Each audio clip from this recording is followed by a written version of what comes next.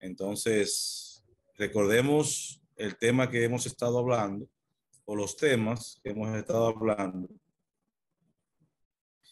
Y recuerden que iniciamos con temas escatológicos. Estos temas escatológicos que hablan acerca de los eventos finales, lo iniciamos con la iglesia. Estamos siguiendo la iglesia. La iglesia de Cristo, que vivirá unos eventos hermosísimos, unos eventos de victoria, de poder. Y el primer evento que estamos aguardando es el rapto de la iglesia. Muchos hermanos dicen, no, yo estoy esperando la segunda venida de Cristo. No, hermano, no podemos estar esperando la segunda venida de Cristo, sino el rapto de la iglesia, que es la primera parte de esa segunda venida de Cristo. Entonces, luego del rapto de la iglesia recibe entonces un cuerpo glorificado en el segundo cielo y es trasladada al cielo. Inmediatamente entra a la presencia del Señor.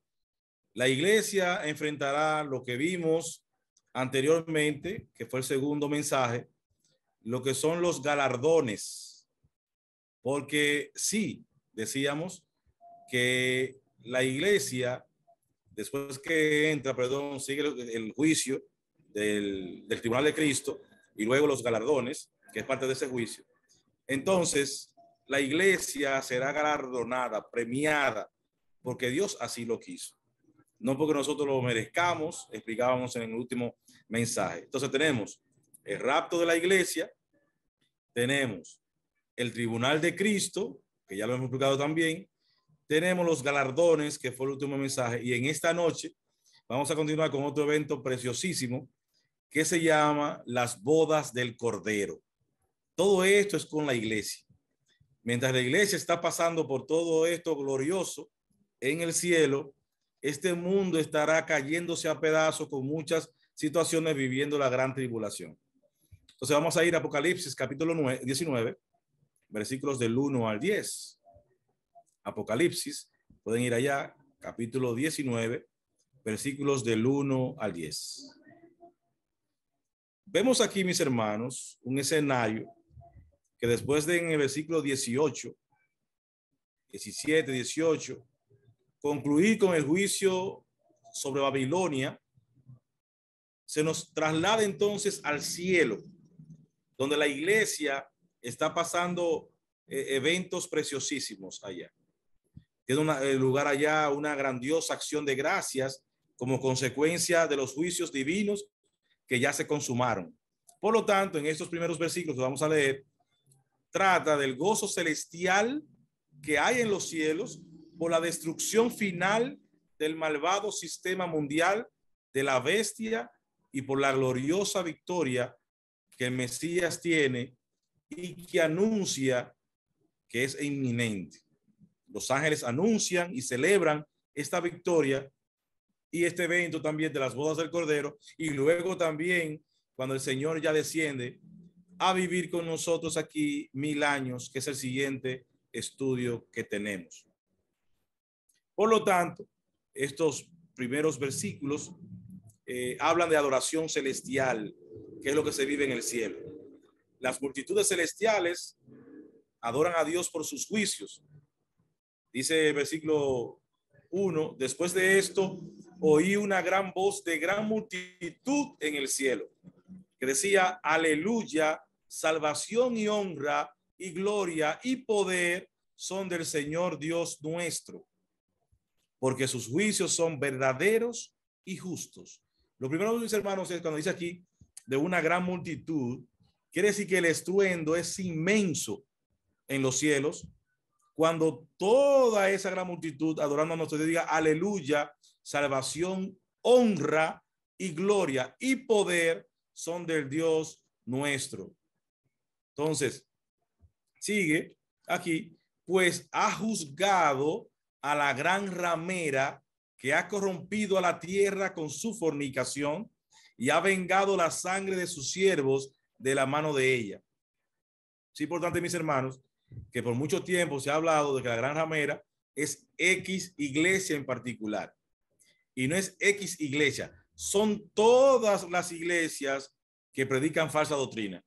Todas las iglesias del mundo, porque en algunas partes del mundo, esa iglesia que conocemos tiene ese liderazgo en esos países, pero en otras partes son otras denominaciones, otras iglesias falsas que tienen ese liderazgo allá. Entonces, todo ese gobierno, toda esa, la gran ramera que menciona la Biblia, es ese grupo de instituciones religiosas falsas que han envenenado la conciencia y el espíritu, la vida de tantas personas por tantos años. Dice, y ha vengado la sangre de sus siervos de la mano de ella.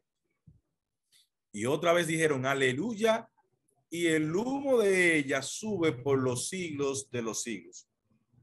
Indica que la celebración, perdón, la celebración de todo esto será por los siglos de los siglos.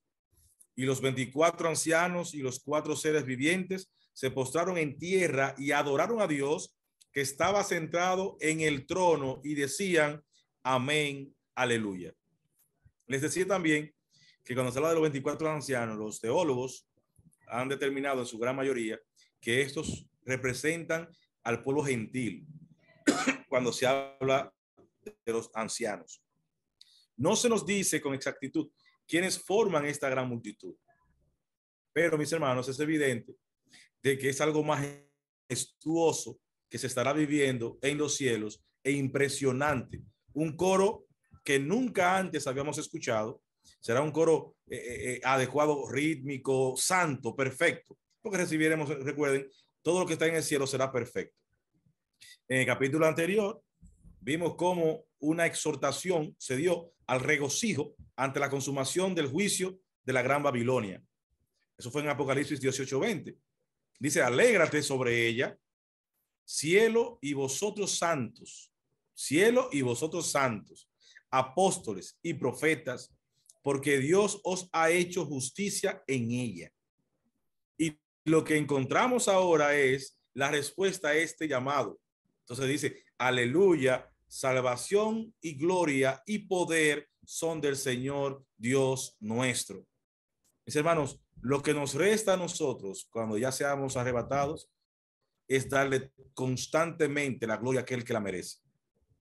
En este mundo le damos la gloria a muchos hombres, muchas veces sin saber que lo estamos haciendo o sin querer. Y muchas veces nosotros queremos también atraer esa gloria. Pero cuando estemos en el cielo, mis hermanos, donde seremos ya restaurados con un cuerpo nuevo, todo nuestro ser, todo nuestro cuerpo, toda nuestra vida, los galardones que recibiremos serán todo para postrarnos delante de nuestro Dios y adorarle a Él por todas las maravillas que Él ha hecho en nuestras vidas y por lo que Él es. Y la razón por la que se rinde en este pequeño escenario ahí, esta alabanza viene a continuación. Dice, porque sus juicios son verdaderos y justos. Es por eso que glorifican a Dios.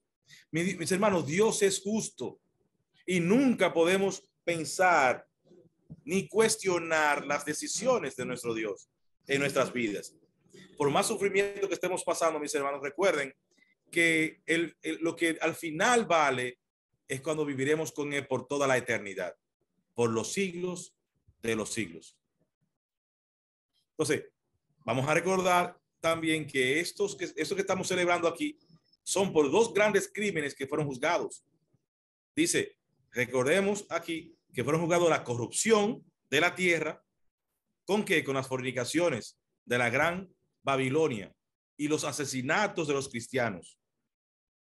Mis hermanos, la gran Babilonia desde tiempos antiguos se constituyó en la nación más idólatra y perversa. La Biblia habla mucho de esto. Y aquí en el Apocalipsis, Dios va a juzgar a la gran ramera, a la gran Babilonia, por todo lo que ha ocasionado al pueblo de Dios. Al pueblo de Dios. Pues ha juzgado a la gran ramera que ha corrompido la tierra con su fornicación y ha vengado la sangre de sus siervos de la mano de ella. Babilonia enseñaba a pecar a muchos, mis hermanos, y perseguía a muerte a quienes no lo seguían. ¿En qué? En su fornicación y desenfreno. Ahora, la cena, mis hermanos, que ahora aquí vemos de las bodas del Cordero, es la imagen del matrimonio que se emplea tantas veces en la Biblia. En el Antiguo Testamento, los profetas, perdón, hablaron una y otra vez de Israel como la esposa del Señor. Si vamos, por ejemplo, a Oseas, capítulo 2, del 19 al 20, dice, y te desposaré conmigo para siempre. Te desposaré conmigo en justicia, juicio, benignidad y misericordia. Y te desposaré conmigo en fidelidad y conocerás a Jehová. Pero también en Isaías, capítulo 54, 5, dice, porque tu marido es tu hacedor, Jehová de los ejércitos, es su nombre, y tu redentor, el Santo de Israel, Dios de toda la tierra, será llamado. Pero también en Jeremías 3:14 dice, convertíos hijos rebeldes, dice Jehová, porque yo soy vuestro esposo, y os tomaré uno de cada ciudad y dos de cada familia, y os introduciré en Sión. La Biblia habla de todo esto. Sin lugar a dudas, la imagen del matrimonio refleja perfectamente la relación que Dios quiere tener con su pueblo. Y eso, mi hermano, se evidencia por lo que conocemos del matrimonio. ¿Qué conocemos? El intenso amor que hay entre los cónyuges, por la íntima relación que hay entre ellos, por la unión que hay entre ellos, formando una sola carne, por el gozo de amar y ser amados que hay entre los cónyuges, por la fidelidad que se espera entre los cónyuges. Todo esto refleja lo que Dios quiere vivir con la iglesia. Ahora bien, ¿de qué manera podemos entender también esta figura? Bueno, es necesario que primeramente sepamos cómo era la preparación y celebración de una boda en los tiempos bíblicos. Esta se llevaba a cabo en varias fases. La primera etapa o fase era la de los esponsales o el compromiso. Esponsales son los comprometidos, ¿verdad? Los novios. Aquí los padres, mis hermanos, a diferencia de nuestro país y otros países del mundo, firmaban el compromiso matrimonial de sus hijos y casi siempre sucedía desde que eran niños o adolescentes. Sin ellos tener conocimiento de eso, los comprometían y tenían que casarse. Y se hacía un contrato matrimonial para eso. Los padres de la novia, a diferencia de ahora, pagaban que una dote a los padres del novio. Eso sería bueno, ¿verdad? Así ahora, Dorville, ver ahora, ¿verdad? Que los padres de la novia nos paguen una dote a los padres de los novios. Eso se hacía antes, ¿verdad? En esos tiempos. Entonces pagaban una dote a los padres del novio. ¿Por qué? Porque él se haría cargo de esa doncella y ellos necesitaban asegurar que por un tiempo hasta que se establecieran, ellos podían mantener a esa doncella correctamente. Se hacía con ese propósito. En Mateo 1:18 habla acerca de eso. Cuando se hablaba del matrimonio, el nacimiento de Jesucristo fue así. Vamos a buscar aquí. Mateo 1:18. El nacimiento de Jesucristo fue así. Estando desposada María, su madre, con José, antes que se juntasen, desposada, la Biblia dice comprometida, antes de que se juntase, se halló que había concebido del Espíritu Santo. En esta era, mis hermanos, los comprometidos, los que estaban comprometidos, los compromisos eran honrados, eran serios.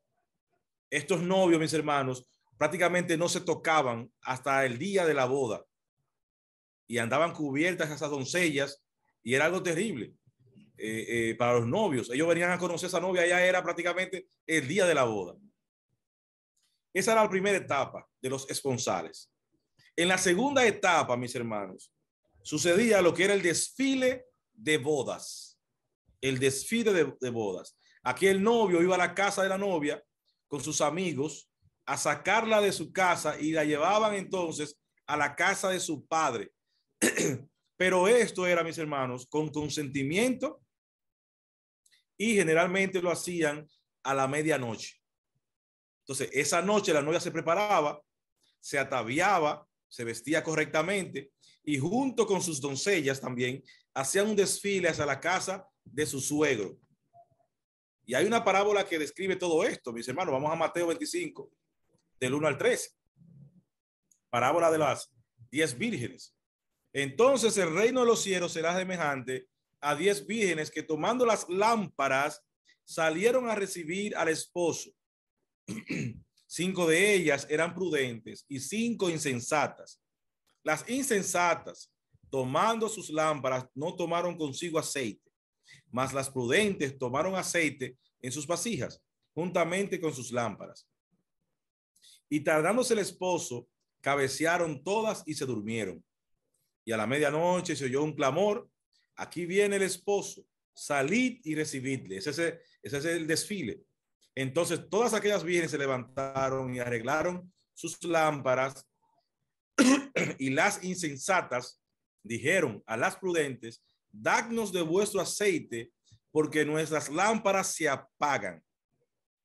Mas las prudentes respondieron diciendo: para que no nos falte a nosotras y a vosotras, id más bien a los que venden y comprad para vosotras mismas. Pero mientras ellas iban a comprar, vino el esposo, y las que estaban preparadas entraron con él a las bodas, y se cerró la puerta. Después vinieron también las otras vírgenes diciendo: Señor, Señor, ábrenos. Mas él respondiendo dijo: de cierto os digo que no os conozco. Velad pues, porque no sabéis el día ni la hora en que el Hijo del Hombre ha de venir. Ahí habla específicamente de todo esto. La tercera etapa, mis hermanos, entonces, es la cena. La cena. La novia ya es llevada a la casa del padre del novio y allí se celebra la cena de las bodas por varios días. No es como aquí es una boda rápido y ya, luna de miel y ya, no, allá era por varios días que se celebran la cena. Justamente a ese tipo de ceremonia fue invitado el Señor Jesucristo en San Juan 2:2, la boda de Canaán, recuerda. Esa boda era de varios días. Ahora, nosotros, la iglesia, somos la novia de Cristo. Y estas tres etapas, mis hermanos, Cristo las cumplirá con nosotros. Ya hay etapas de esa cumplida. La primera etapa, por ejemplo, sucedió cuando el Señor Jesucristo derramó su sangre en la cruz del Calvario en nombre de su novia. Entonces, en ese compromiso ya hubo una diferencia. La novia no tuvo con qué pagar la dote. Mis hermanos, no tenía con qué pagar la dote. Y cuando usted y yo pasamos al frente y recibimos a Cristo como Salvador, inmediatamente se firma un contrato y es sellado con la sangre de Cristo y ya le pertenecemos a Él, mis hermanos. Eso es algo glorioso, una seguridad increíble que tenemos en Cristo Jesús. Que dice la Biblia que lo que estamos en sus manos nadie lo arrebatará. Pero aquí, como lo mencionaba, habla de una dote. Nosotros no teníamos con qué pagarla. Y la dote que fue pagada, mis hermanos, la pagó el mismo novio, el mismo Señor Jesucristo, cuando Él pagó ese precio con la sangre derramada en la cruz del Calvario.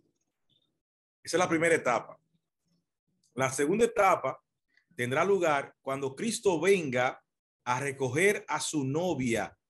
Eso se llama el rapto o arrebatamiento de la iglesia, para llevarle entonces ¿a dónde? A la casa de su padre. Esa es la segunda etapa. Entonces, mis hermanos, la primera etapa ya se cumplió, la de los esponsales. Ya nos comprometimos con Cristo en el momento que lo aceptamos a Él como nuestro Salvador. La segunda etapa es el desfile. Esa será hecha cuando el Señor rapte la iglesia, rapte a su novia, y tendrá lugar ahí un hermoso evento, lo que se llama el rapto o el arrebatamiento de la iglesia. En Juan 14:2 dice, no se turbe vuestro corazón, creéis en Dios, creed también en mí. En la casa de mi padre muchas moradas hay. Si así no fuera, yo os lo hubiera dicho. Voy pues a preparar lugar para vosotros. Y si me fuere y os preparar el lugar, vendré otra vez y os tomaré a mí mismo, para que donde yo estoy, vosotros también estéis. Qué hermosa promesa tenemos en Cristo Jesús. La tercera etapa, mis hermanos, es la cena de la boda. La cena de la boda del Cordero. Y esa cena se llevará a cabo también en el cielo. Entonces, esto se cumple, mis hermanos, perfectamente en la relación que Dios tiene con su iglesia. Bueno, vamos a ver que el contrato nupcial fue firmado cuando Cristo redimió a su iglesia por medio de su muerte en la cruz del Calvario, mis hermanos. Ahora, ¿dónde podemos ver esto? Vamos a ir a Efesios capítulo 5, versículo 27 versículo 27, 25 y 27, perdón. Efesios 5. Dice, maridos, amad a vuestras mujeres, así como Cristo amó a la iglesia y se entregó a sí mismo por ella, para santificarla, habiéndola purificado en el levantamiento del agua por la palabra, a fin de presentársela a sí mismo una iglesia gloriosa, que no tuviese mancha ni arruga, ni cosa semejante, sino que fuese santa y sin mancha delante de él. O sea, que es una esperanza, mis hermanos, y seguridad que tenemos gloriosa. Y desde ese momento, todo verdadero cristiano, mis hermanos, está unido legalmente a Cristo en matrimonio. Vamos a 2 Corintios, capítulo 11, versículo 2. Porque os celo con celo de Dios, pues os he desposado con un solo esposo para presentaros como una virgen pura a Cristo. Entonces estamos unidos, mis hermanos, legalmente, íntimamente, eternamente a nuestro Dios Todopoderoso, porque hemos aceptado que Él dio su vida, se entregó en la cruz del Calvario, pagó la dote que nadie podía pagar para redimirnos, y Él lo hizo. Y derramó una sangre inocente, pura, que no tenía que derramar. Entonces, las bodas del Cordero, mis hermanos, entonces, han llegado.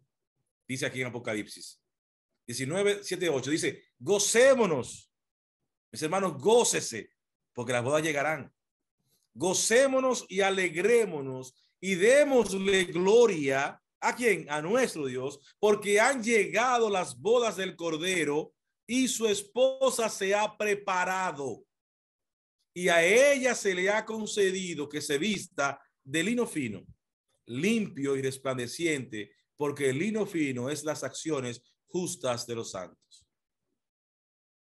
Los invitados, mis hermanos, a esta boda son los gentiles salvos y muy especialmente los salvos de Israel.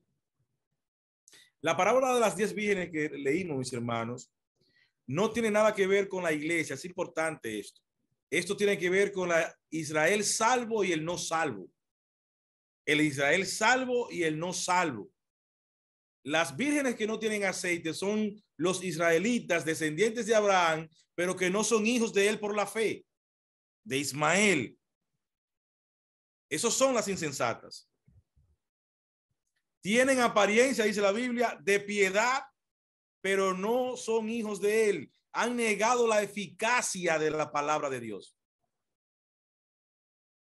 Han negado esa eficacia, no tienen el espíritu y no estarán en el reino milenial del Señor, en el reino de 1000 años.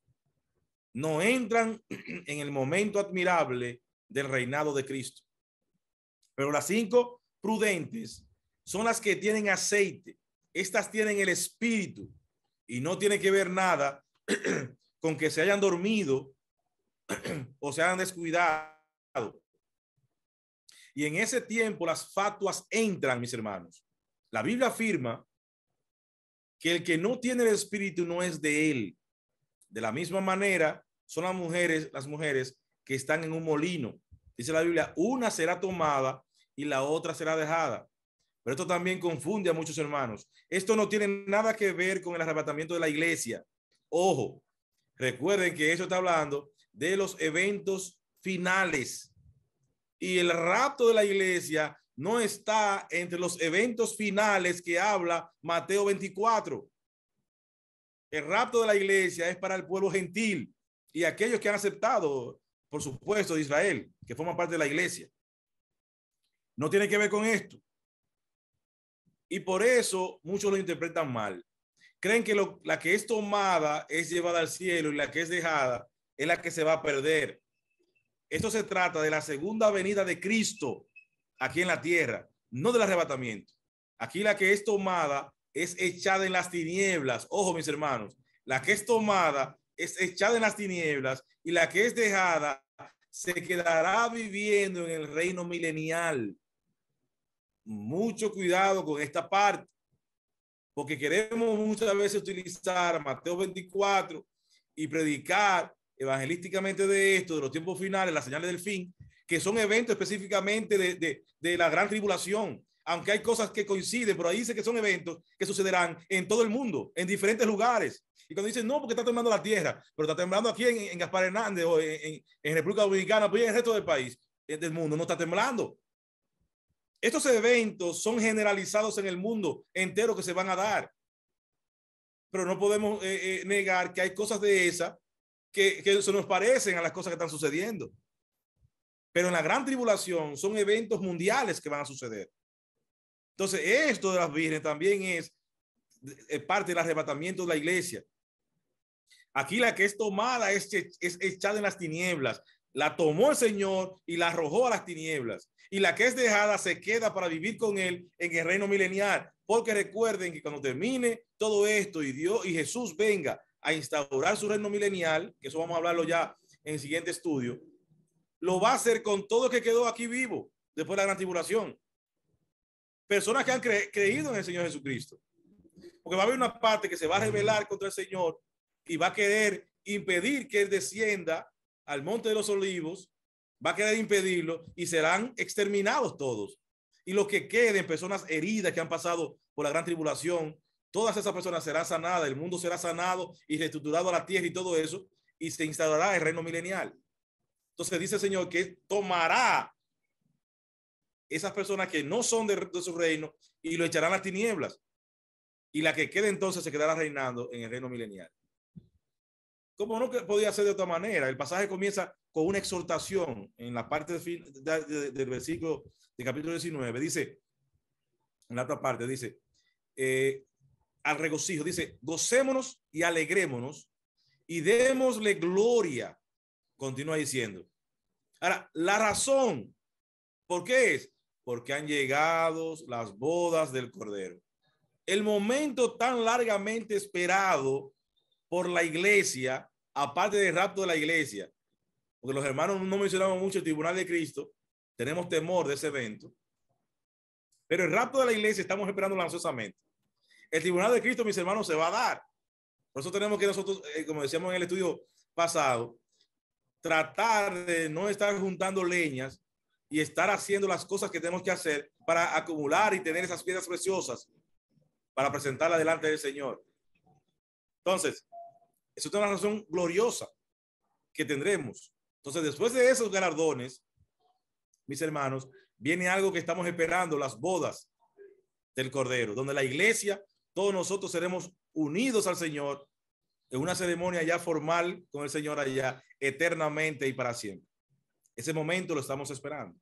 A partir de aquí, la iglesia ya siempre estará con aquel que tanto la amó y estuvo dispuesto a entregarse por ella.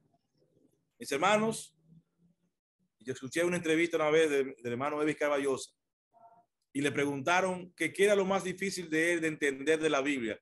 Mis hermanos, a mí me sorprendió cómo el hermano Evis Caballosa se fue en llanto y mencionó que lo más difícil que ha sido para él entender es la manera en que Dios nos ama. Hermanos, es increíble. La Biblia dice, porque de tal manera amó Dios al mundo.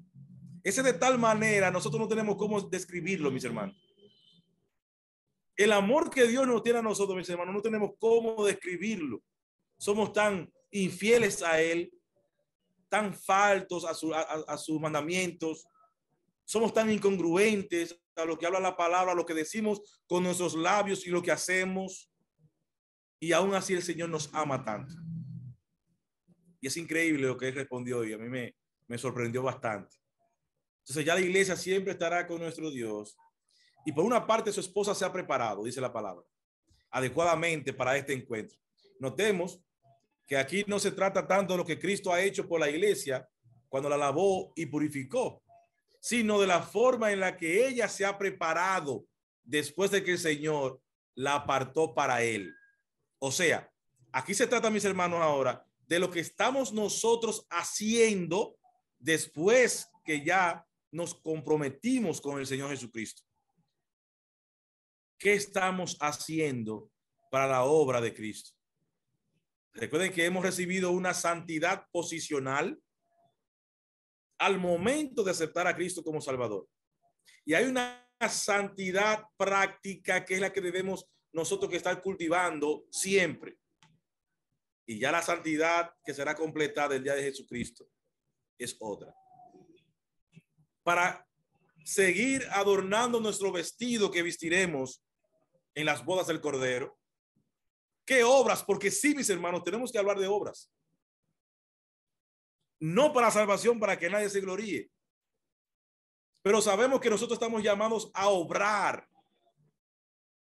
Porque todo nuestro ministerio es una obra para el Señor. Nuestros servicios es obra para el Señor. Y el Señor evaluará, como yo decía en el tribunal de Cristo, nuestros corazones, con qué intención vamos a la iglesia, con qué intención queremos cantar en la iglesia, queremos recitar en la iglesia, queremos predicar en la iglesia. Dios sí sabe con la intención que lo hacemos. Si lo hacemos para que nos vean, que yo predico muy bien, yo quiero seguir predicando. O lo hacemos porque sabemos que es un compromiso que tenemos de predicar la palabra de Dios y de edificarnos cada día, alimentarnos cada día de ella. Y aquí, mis hermanos, la imagen es sencilla de entender. Una novia que planifica su boda dedica tiempo para buscar un vestido bonito que agrada a su esposo. Y así debe hacer también la iglesia en este tiempo presente. No viviendo para sí misma, sino pensando en agradar a su esposo que viene a buscarla en cualquier momento. ¿Y de qué manera nosotros agradamos a nuestro Dios? Sirviéndole a Él. El principal mandamiento que nos dejó: ir por todo el mundo y predicar el evangelio. Y cuando hacemos eso, hacemos su voluntad y le estamos sirviendo a Él. Cuando le damos a la viuda, al necesitado, le estamos sirviendo al Señor. Entonces, pero por otro lado, la esposa manifiesta también una hermosura que se le ha concedido. Esto sugiere un acto de la gracia de Dios, mi hermano. Hay una parte que nosotros tenemos que trabajarla como iglesia y como novia, que es nuestra parte de la hermosura de nuestro vestido.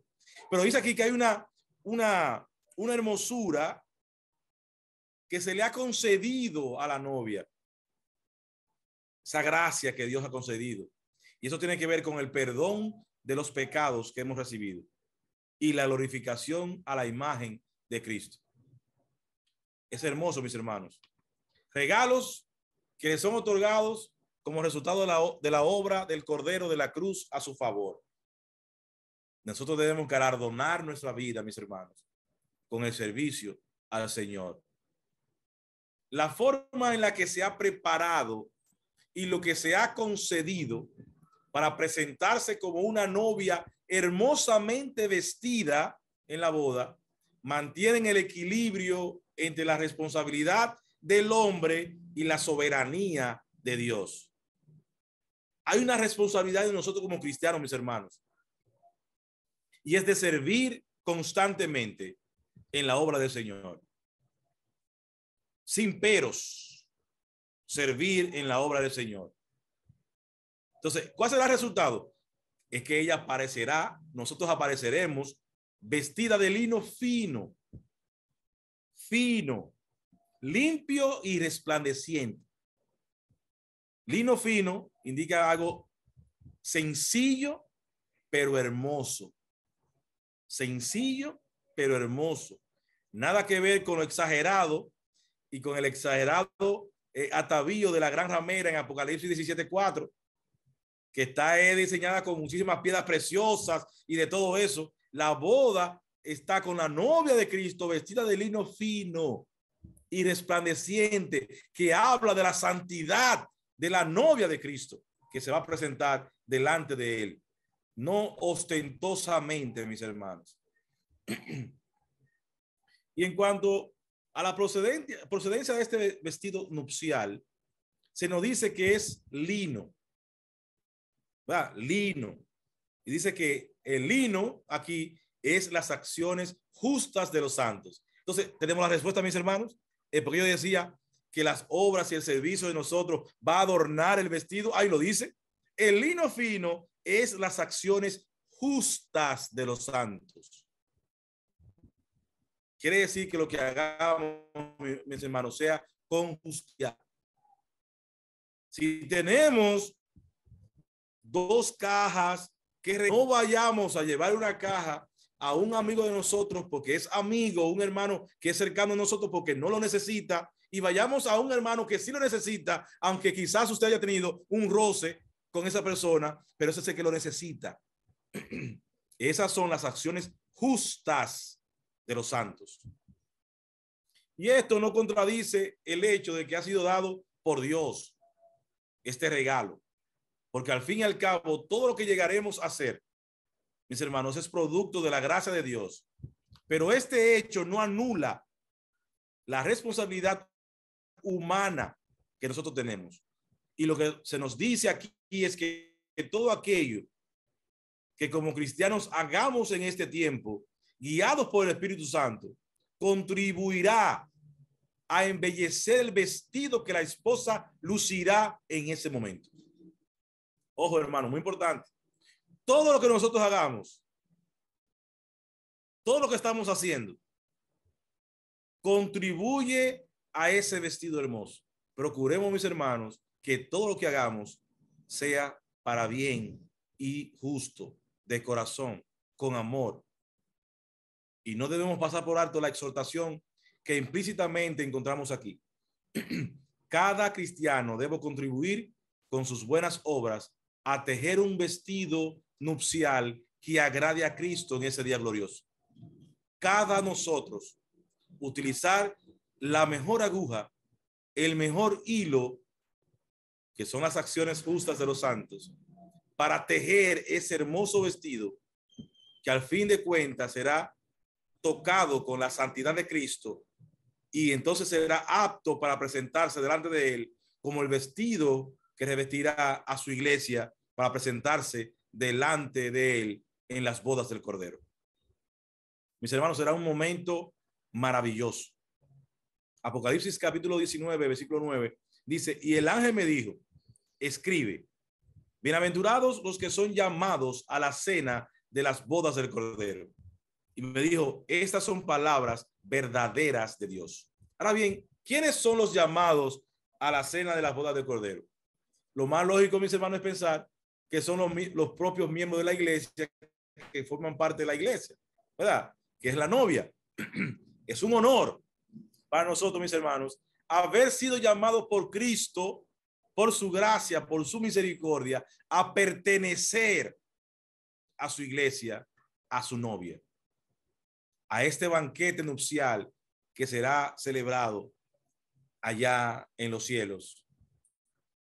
Sin embargo, tal como el Señor explicó en la parábola de la fiesta de bodas en Mateo 22, desde 1 al 14, aunque muchos fueron llamados, pocos quisieron ir.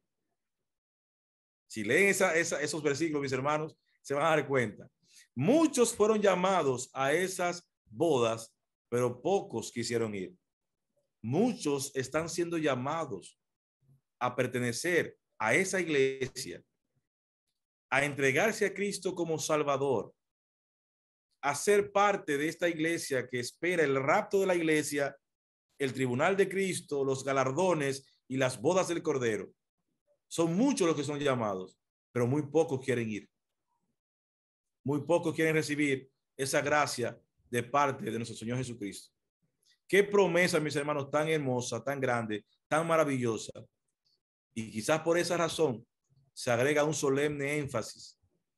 Como dice la palabra de Dios, estas son palabras verdaderas de Dios. Estas son palabras que hay que prestarle atención.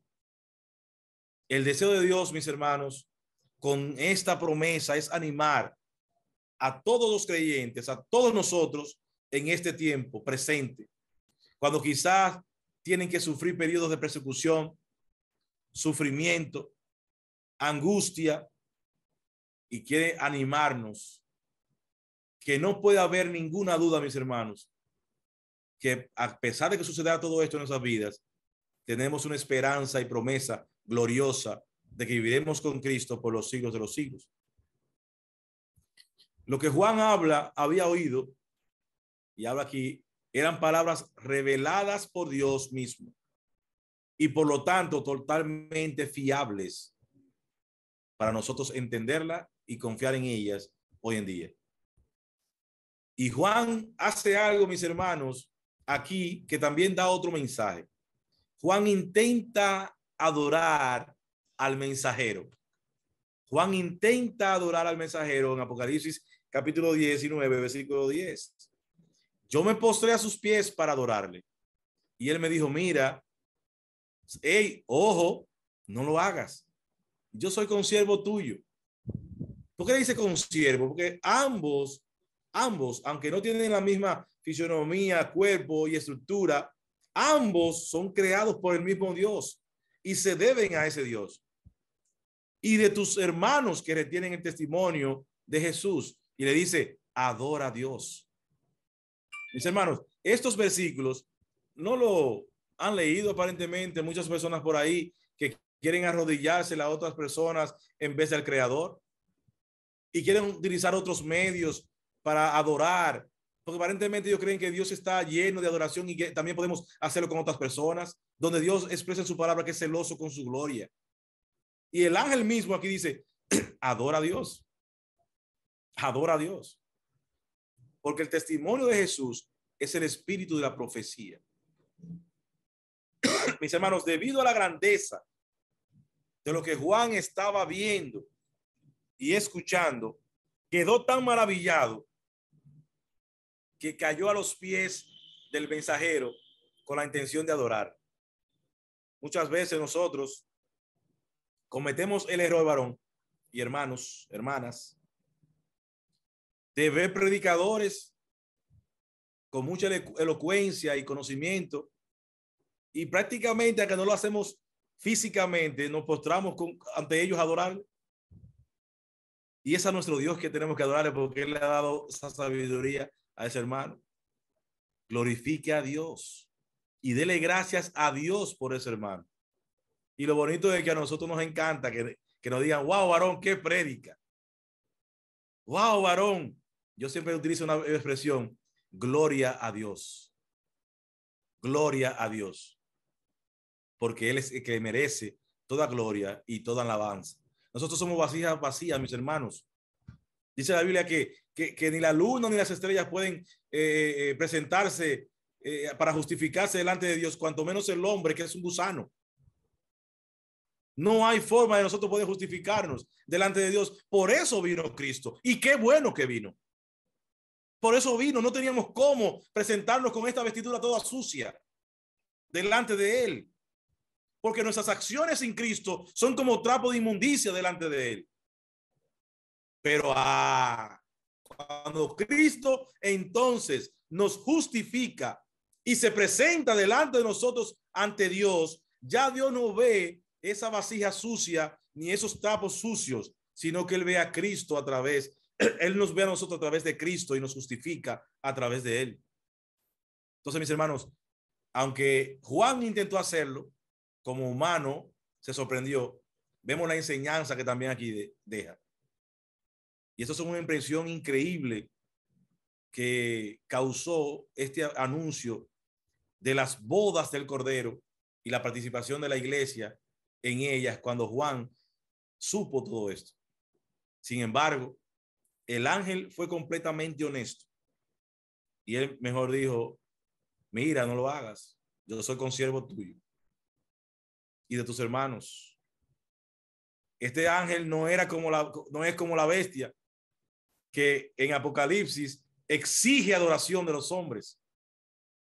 Este ángel sabe que el único que merece toda gloria, toda honra y toda alabanza es nuestro Dios Todopoderoso. Él lo sabe. Ahora, mis hermanos, ¿lo sabemos nosotros? ¿Entendemos nosotros como hermanos que el único que merece toda gloria, alabanza, imperio y poder y honra por los siglos de los siglos es aquel que nos creó, es aquel que nos salvó? Entonces está claro, mis hermanos, que en el cristianismo no hay lugar para la adoración que no sea tributada a Dios. No hay lugar. Todo lo que sea de ahí para allá es, es idolatría, aberración delante de Dios. Solamente al Señor tu Dios adoraréis y solamente a Él serviréis. Cualquier otra cosa que sea considerada de ahí para adelante, idolatría. Por eso el ángel dijo, adora a Dios. Ahora, pero ¿cómo entonces adoramos correctamente a nuestro Dios, mis hermanos? El mismo versículo da la respuesta. El testimonio de Jesús es el espíritu de la profecía. Toda la palabra de Dios nos lleva a poner nuestra mirada en Jesús. Toda la palabra de Dios nos dice que el principal autor es Jesús. Toda la palabra nos habla de que el único que merece la gloria y la honra, el imperio y el poder, y en que Dios determinó que sería el que nos va a juzgar, es Jesús. Pues yo le mencionaba la vez pasada que Dios nos puede juzgarnos, que Él entregó ese juicio a su Hijo Jesucristo. Entonces, este ángel o cualquier otro siervo de Dios solo pueden ser transmisores de la revelación de Dios en las Sagradas Escrituras. Pero el punto central de la palabra, ¿quién es? Jesús. Otros están tan ocupados intentando poner en orden los acontecimientos escatológicos que pierden de vista el personaje principal, que es Jesús. Y nosotros, mis hermanos, no podemos perder de vista nuestra roca inconmovible, que es Cristo. En ningún momento de nuestras vidas perdamos de vista a nuestro Rey de Reyes y Señor de Señores. Y debemos tener mucho cuidado y no predicar otra cosa sino a Jesús. Y vemos como ahora, y mencionaba la vez pasada, hay un sinnúmero de predicadores que hablan de todo en una predicación menos de Jesús. Hablan específicamente de cómo se puede vivir bien en este mundo. Y la Biblia nos habla a nosotros de qué hacer para vivir bien en la eternidad. Entonces, es al contrario. La Biblia nos indica a nosotros que a través de Cristo no ganamos, sino obtenemos la vida eterna a través de Cristo como un regalo precioso. Y nos dice cómo viviremos eternamente en el reino de los cielos. Y un sinnúmero de personas por ahí lo que andan es predicando evangelio de prosperidad y cómo vivir bien en este mundo y que usted es hijo del rey y que tiene que vivir como rey y todo esto. Y yo digo, wow, ¿dónde está eso en la palabra de Dios? Si el mismo Cristo vivió humildemente en este mundo. Toda la escritura es el testimonio de su persona y su obra. La Biblia quiere mostrarnos constantemente, mis hermanos, la belleza y el atractivo de la persona de Cristo en todos sus versículos, en toda su palabra, en su esplendor. Todo lo que la Biblia habla es para presentarnos, al fin de cuentas, al Salvador de pecadores, al Rey de Reyes y Señor de señores. Así que, mis hermanos, procuremos estar haciendo las acciones justas que nos compete a nosotros como santos delante de Dios para adornar, para tejer ese vestido finísimo que nosotros tenemos que presentar delante de nuestro Dios para así recibir el esposo y unirnos a él eternamente y para siempre. Que Dios me le bendiga mucho, mis hermanos, en esta hermosa noche. Y luego, si ustedes se fijan en el versículo, después del versículo 19, capítulo 19, que vamos a retomarlo en el próximo mensaje, ahí presenta entonces cómo el Señor, aunque muchos predicadores o teólogos presentan las bodas de Cordero como que se celebra aquí en la tierra, pero la Biblia no nos demuestra eso, nos habla más bien del evento en el cielo, y que luego de ese evento de las bodas de Cordero, entonces Cristo es anunciado ya para venir a reinar aquí por 1000 años. Y ese mensaje del milenio, mis hermanos, eso es hermosísimo. Así que yo les insto que no lo perdamos para el próximo miércoles, si es la voluntad de Dios, y esperemos completarlo, completo, ese día. Así que Dios me le bendiga.